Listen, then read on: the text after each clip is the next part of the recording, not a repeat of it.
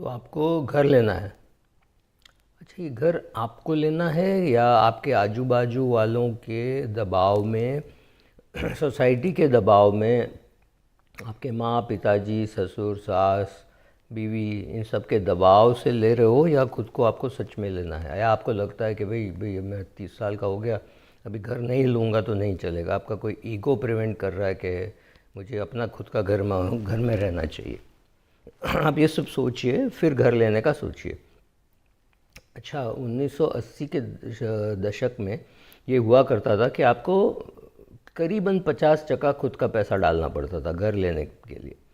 लेकिन वो बढ़ाते बढ़ाते अभी उन्होंने उसको 90 95 100% तक कर दिया कि आप 1 रुपया डालिए, बाकी बस कुछ मत डालिए, बाकी हम कर लेंगे। आपका रजिस्ट्रेशन का भी पैसा दे देंगे, आपका घर का फर्निशिंग का भी दे देंगे, सबका दे देंगे, स्टैम्प ड्यूटी भी दे देंगे।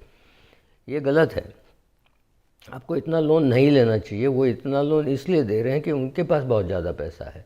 आपको ये देखना है कि आप कितना रीपे कर सकते हो। तो आप 50% घर का खुद डाल दोगे तो इसमें फ़ायदा ये होगा, आपका ईएमआई जो है वो कम होगा। या तो आप छोटा घर लेंगे, आप बड़ा घर लेने की चेष्टा नहीं करेंगे, या तो आप जगह बदलेंगे। जैसे बम्बई जैसे शहर में क्या होता है कि आपका घर का कीमत इस पर निर्भर होता है कि वो कहाँ है। मैं बांद्रा की तो बात तक नहीं कर रहा हूँ, लेकिन आपको अंधेरी में लेना है, मीरा रोड में लेना है, या दहानू में लेना है, दहीसर में लेना है, वो तब आपको पता चलेगा जब आप खरीदने जाते हो कि इतना अंतर क्यों है। जहाँ पे आपको 1 BHK भी नहीं मिलता है, दूसरी जगह में आपको 3 BHK मिल जाएगी। तो वो सोच लीजिए आपको कहाँ लेना है, स्टेशन से कितनी दूर लेनी है। अगर आपको स्टेशन से ही जाना है तो walking distance from the station, जो चल के आप पैदल पहुंच सकते हो, वो ज़्यादा ज़रूरी है। क्योंकि आप रिक्शा में आओगे तो एक खर्चा पड़ेगा और उतना समय ज़्यादा लगेगा, और कभी कभी रिक्शा नहीं मिलेगा। तो ये सब सोच के आपको लोकेशन डिसाइड करना है कि आपको कहाँ लेना है, और आपको 50% देना है। और आपको बाकी क्या क्या सोचना है, ये सोचना है अगर आप 50,000 रुपया कमा रहे हैं और आपकी धर्मपत्नी भी 50,000 रुपया कमा रही है, मतलब आप दोनों मिलके करीबन 90,000 रुपया घर ले आ रहे हो, सब काट फूट के, तो आपको कॉन्फिडेंस होगा कि भाई इसका 30%, 27,000 30,000 रुपया तक का तो मैं ईएमआई भर सकता हूँ। और 30,000 का अगर ईएमआई भरना चाहता हूँ तो मैं 30-35 लाख का लोन तो ले सकता हूँ। बात सही है।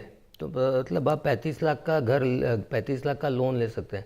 बट 35 लाख का लोन अगर आप चुका सकते हैं, उसका ये मतलब नहीं है कि आप खुद का 2-3 लाख डाल के आप घर लें। आपको अगर 35 लाख लोन लेने की ताकत है तो आप खुद 35 लाख डाल के 70 लाख के घर ले सकते हैं।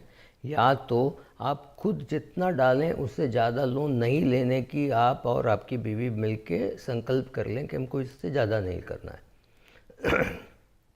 ये मैं क्यों कह रहा हूँ, क्योंकि अभी आप बहुत जवान हो, आपके बच्चे नहीं हैं। अगर आपके बच्चे होने वाले हैं, अगर आपकी बीवी प्रेग्नेंट हो जाती है, पेट से हो जाती है, तो और डॉक्टर ने कहा कि आपको अभी नौकरी नहीं करनी चाहिए, आपको बेड रेस्ट लेना चाहिए, या तो सिर्फ इतना ही कह दिया कि आप ऑफिस को तो जा सकते हो लेकिन ट्रेन में नहीं जा सकते हो, मतलब तो ना के बराबर ही हुआ। अगर आप बहुत दूर रह रहे हैं और बॉम्बे में अगर ट्रेन से नहीं जा सकते हो, मतलब नहीं जा सकते हो, और रोड से जाने में बहुत दिक्कत आएगी, समय बहुत लगेगा, तो मतलब 6-8 महीने शायद आपको वो पगार नहीं मिलेगा। और बाद में 6 महीने उनको सैलरी मिलेगी नहीं मिलेगी पता नहीं। अच्छी कंपनी होगी तो 6 मंथ पेड हॉलीडे देती है, और छोटी कंपनी होती है तो बोलती है आप रिज़ाइन कर लो और फिर ज्वाइन कर लो। ये सब हो सकता है। तो आपको ये ध्यान रखना होगा कि अगले शायद कुछ महीनों के लिए या 2-3 साल के लिए अगर आपकी बीवी कहे कि नहीं मुझे 2-3 साल बच्चे के साथ रहना है, इसमें कोई सही गलत की बात नहीं है, तो मतलब उस समय आपके पास पैसा कम आएगा। करेक्ट। अगर आपकी बीवी आज बोलती भी है कि नहीं मैं नहीं लेने वाली हूँ छुट्टी, याद रखिए मन बदल सकता है। उनकी शारीरिक ज़रूरतें ज़्यादा ज़रूरी है, तो बोले नहीं मैं नहीं काम कर सकती हूँ, डॉक्टर ने मुझे और ज़्यादा रेस्ट बोला है, तो फिर आपको सोचना पड़ेगा ये सब कि आप ईएमआई भर सकते हैं कि नहीं। तो मतलब ऐसा ईएमआई चुनिए जो आप एक पगार से आराम से भर सकते हैं। मतलब घर खर्च निकालने के बाद, अभी आप भाड़े के घर में रह रहे हो तो वो आपके घर का बाकी के बच्चे का खर्चा, ये सब निकालने के बाद क्या आप ये ईएमआई आराम से भर सकते हैं। जब आप ये सब सवाल पूछेंगे तो आपको लगेगा हाँ मुझे 35 लाख का लोन तो मिल रहा है, लेकिन मुझे लेना चाहिए सिर्फ 20 लाख या 15 लाख। मतलब ये सब सोच के आप लीजिए। और एक चीज़ हो सकती है, आज आप बम्बई में नौकरी कर रहे हैं, कल आपकी नौकरी बदल के हो गई पुणे या बड़ौदा या मान लीजिए दुबई, तो आपको वहाँ पे भी भाड़ा भरना है और यहाँ पे ईएमआई भरना है। मतलब वहाँ पे भाड़ा और यहाँ पे ईएमआई, आपको दोनों का कैश फ्लो सोचना है।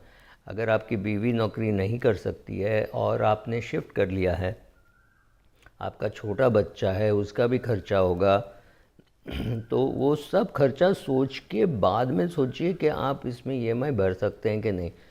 अच्छा, आपकी वाइफ की नौकरी चली गई या आपकी वाइफ प्रेग्नेंट हो गई और उसको बेड रेस्ट बोला गया और आपकी नौकरी चली गई, तो फिर क्या होगा? क्या आपके घर में कोई है जो बोले कि नहीं मैं 6 महीने का ईएमआई मैं भर दूँगा, आप उसकी चिंता मत करो? मतलब आपके पिताजी बोलेंगे ऐसा है, तो बाहर वाला तो बोलेगा नहीं, बड़ा भाई पिताजी कोई बोले कि ठीक है मैं ईएमआई 6 महीने के लिए भर देता हूँ, 8 महीने के लिए भर देता हूँ, ऐसा कोई है? अगर ऐसा कोई नहीं है तो आपका ये घर बिक जाएगा और नीलामी होगी या जो भी होगा रीपोसेस होगा, और वहाँ पे आपको बहुत घाटा होगा, क्योंकि बेचने वाले को पड़ी ही नहीं है कि कितने में बिकता है। उसको पता है मेरा पैसा निकलेगा, और उसमें आपने डाउन पेमेंट की है, आपने स्टैम्प ड्यूटी भरी है, वो सब तो आपको मिलेगा नहीं। ठीक है, तो ये सब आप सोचिए घर लेने से पहले।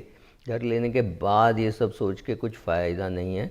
और आप वहाँ लीजिए जहाँ आप अफोर्ड कर सकते हैं, बहुत बड़ी घर लेने की भी ज़रूरत नहीं है। आपकी नौकरी चली गई तो क्या होगा? आपने नौकरी ट्रांसफ़र कर ली तो क्या होगा? आपकी बीवी की नौकरी चली गई तो क्या होगा? आपकी बीवी प्रेग्नेंट है और आपकी नौकरी चली गई तो क्या होगा?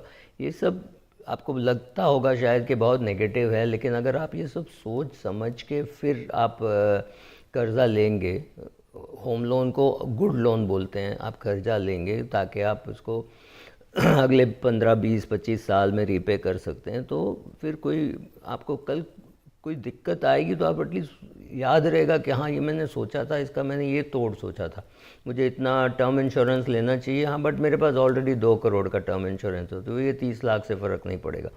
तो ये सब आपको ध्यान तो देना पड़ेगा ना। ऐसे नहीं कि इंश्योरेंस का HDFC ने बोला यहाँ साइन करो, आपने साइन कर दिया और पता चला सिंगल प्रीमियम टर्म इंश्योरेंस है और 20 25 साल के लिए और इतना महंगा पड़ रहा है, लेने लायक है ही नहीं। अब HDFC को बोलिए मेरे पास ऑलरेडी इंश्योरेंस है और ये टर्म इंश्योरेंस है, मुझे ये रिड्यूसिंग बैलेंस वगैरह नहीं लेना है, मुझे समझ में नहीं आता है, और वन टाइम प्रीमियम तो कतई नहीं भरना है, राइट। जानकार हो के लोन लेना, जानकार हो के घर खरीदना, ये सब अक्लमंदी की बात है। आप ये सब कीजिए, ज़्यादा आराम मिलेगा, कम डर लगेगा। अरे मेरी नौकरी गई तो क्या होगा, तो आपने वो भी सोच लिया है, नौकरी गई तो क्या होगा, आपकी बीवी कमाया नहीं रही है तो क्या होगा, आपने ये सब सोच के फिर घर खरीदा है, तो it give you more peace of mind. Thank you.